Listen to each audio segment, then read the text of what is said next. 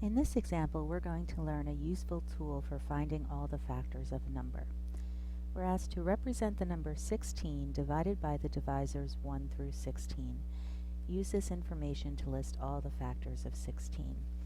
So we're going to check all of the divisors, 16 divisors, or possible potential divisors, of 16, and then we're going to look for patterns and see if we can narrow down this process for future problems of trying to find all the factors of a number. So notice here I put factor slash divisor, and let's start with, let's not start with that. Let's start with 1. So what I'm going to do here is I am going to make one row, 1, 2, 3, 4, 5, 6, 7, 8, 9, 10, 11, 12, 13, 14, 15, 16. One row of 16. So we have 1 times 16 is going to give us 16. Okay? So this may not seem very interesting at first, but we'll get there. Now let's look at 2. So I'm going to use pink dots here. So now I'm going to make 2 rows. So there's 1, 2, 3, 4, 5, 6, 7, 8, 9, 10, 11, 12, 13, 14, 15, 16. 1, 2, 3, 4, 5, 6, 7, 8. So notice when I have 2 rows, I could think of each one of these as a group of 2, and there's 8 groups of 2. So that means we have 2 times 8. So far we know we used 1 and 2 and we found that they're both factors of 16. Let's move on to 3.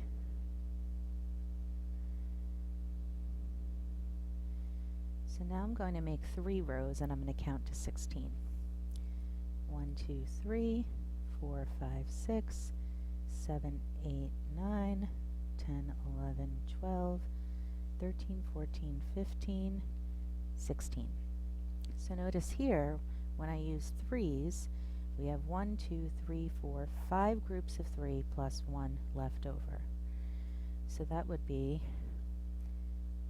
3 times 5 plus that remaining 1. Well, that tells us that 3 is not a factor or a divisor. So I'm going to cross that one out. So since there was a remainder, we tested whether 3 was a factor or a divisor of 16, and it is not. Let's move to the next one. Let's try 4. 1, 2, 3, 4, 5, 6, 7, 8, 9, 10, 11, 12, 13, 14, 15, 16. So notice here, there are 4 rows of 4. So 16 is 4 times 4. So 4 is a factor and a divisor of 16. And notice this one looks like a square. It should look more like a square if I did it better, but it's pretty close to a square. It's 4 on this side and 4 on this side. This is going to be important to us as we narrow down our options, which is the goal of this problem. So now let's try 5.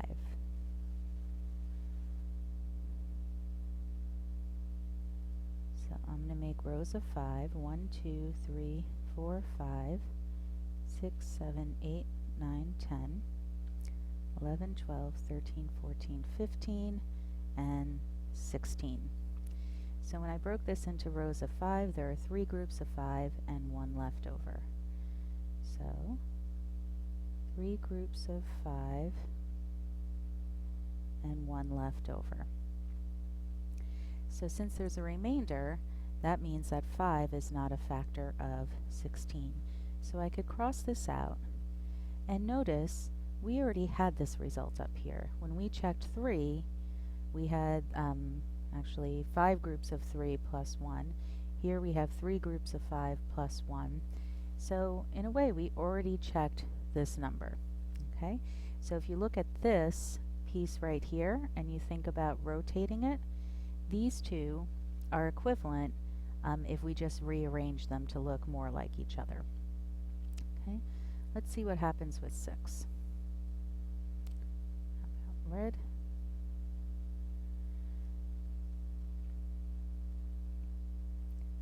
Let's use this one. So for 6, we'd have 1, 2, 3, 4, 5, 6, 7, 8, 9, 10, 11, 12, 13, 14, 15, 16. So for 6, we have 2 rows of 6 plus 4 left over. So 2 times 6 plus 4. So since there's a remainder, 6 is not a factor or divisor of 16, and we'll cross it out. Let's continue with 7. 1, 2, 3, 4, 5, 6, 7, 8, 9, 10, 11, 12, 13, 14, 15, 16. So for 7, we had 2 groups of 7 and 2 left over. Since there's 2 remaining, this is also not a factor of 16. Now let's try 8.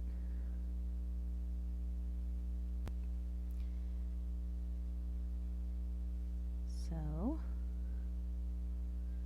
let's get a green pen for 8. 1, 2, 3, 4, 5, 6, 7, 8. 9, 10, 11, 12, 13, 14, 15, 16. So we have 2 groups of 8.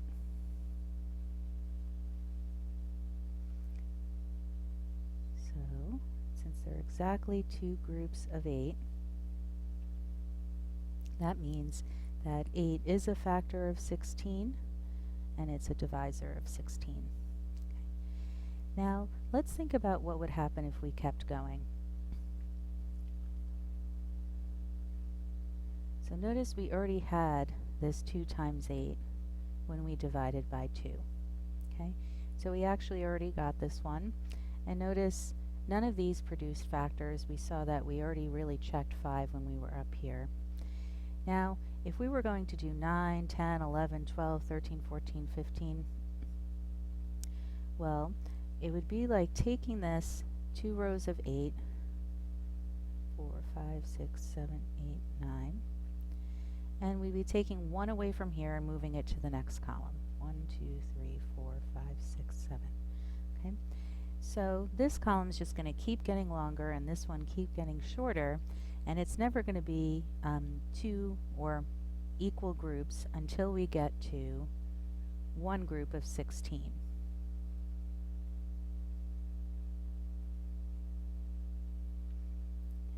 So eventually we'd have 16 this way.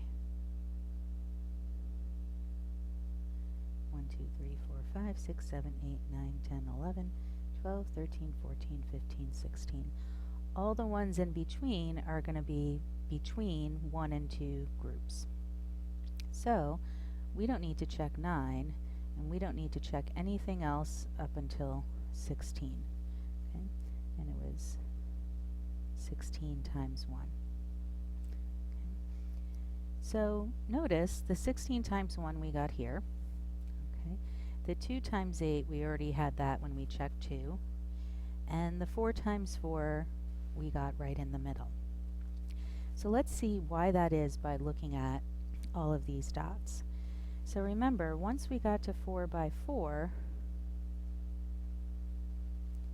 which looks like a square, this length or this amount that we went downwards just got longer. Okay?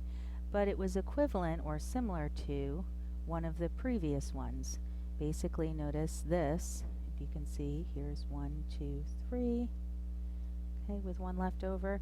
There's 1, 2, 3 that correspond to these, and they both have that 1 left over.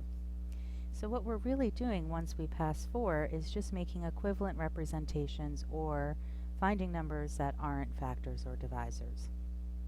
So we can actually stop checking for factors or divisors at 4, okay? And it has to do with this idea of 4 squared being equal to 16. Okay? So this is going to work in general. Not all numbers are going to have a factorization that's a square, but we can use this idea in general. And here's our result. To determine all of the factors of a whole number, we will find all the pairs of whole numbers whose product is the number. So that's one way. So last time we checked up to 16. But here's our new part. We will check all the numbers whose square is less than the number we are trying to factor. Okay? And that's really a mouthful, so let's think of what that means. With 16, we can look in this table of perfect squares. So this is 2 squared, 3 squared, 4 squared, 5 squared, etc. So with 16, we can see that 16 is 4 squared exactly. That means to find all the factors of 16, we only need to check up to 4. Let's do a few more practice problems to determine how far we'd have to check. So say I wanted to find all the factors of 123. Well, notice 123 lies in between 121 and 144. So I would only need to check up to the square that's less than it. Okay, square is less than the number we are trying to factor. So for this, I would just have to check up to 11. What if we had 76? Well, 76 is between 64 and 81, so I would only have to check up to the smaller, the square is less than the number, so the smaller number, which is 8.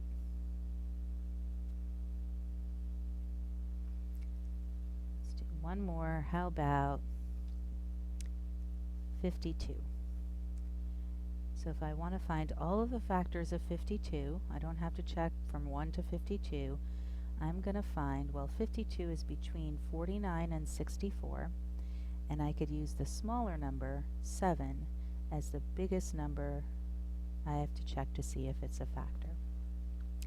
And again, remember the picture of why this works. Basically, once I go past 7, you could think of there's some square that would be exactly 52. Okay. It wouldn't have whole number lengths, but you could think of that. And then once I start making a longer square than it is wide, okay, so these are some left over, then I had already checked this with a shorter one that had more left over on the other side. Okay? So we're going to use this rule in our next problems to narrow down the number of factors we have to check.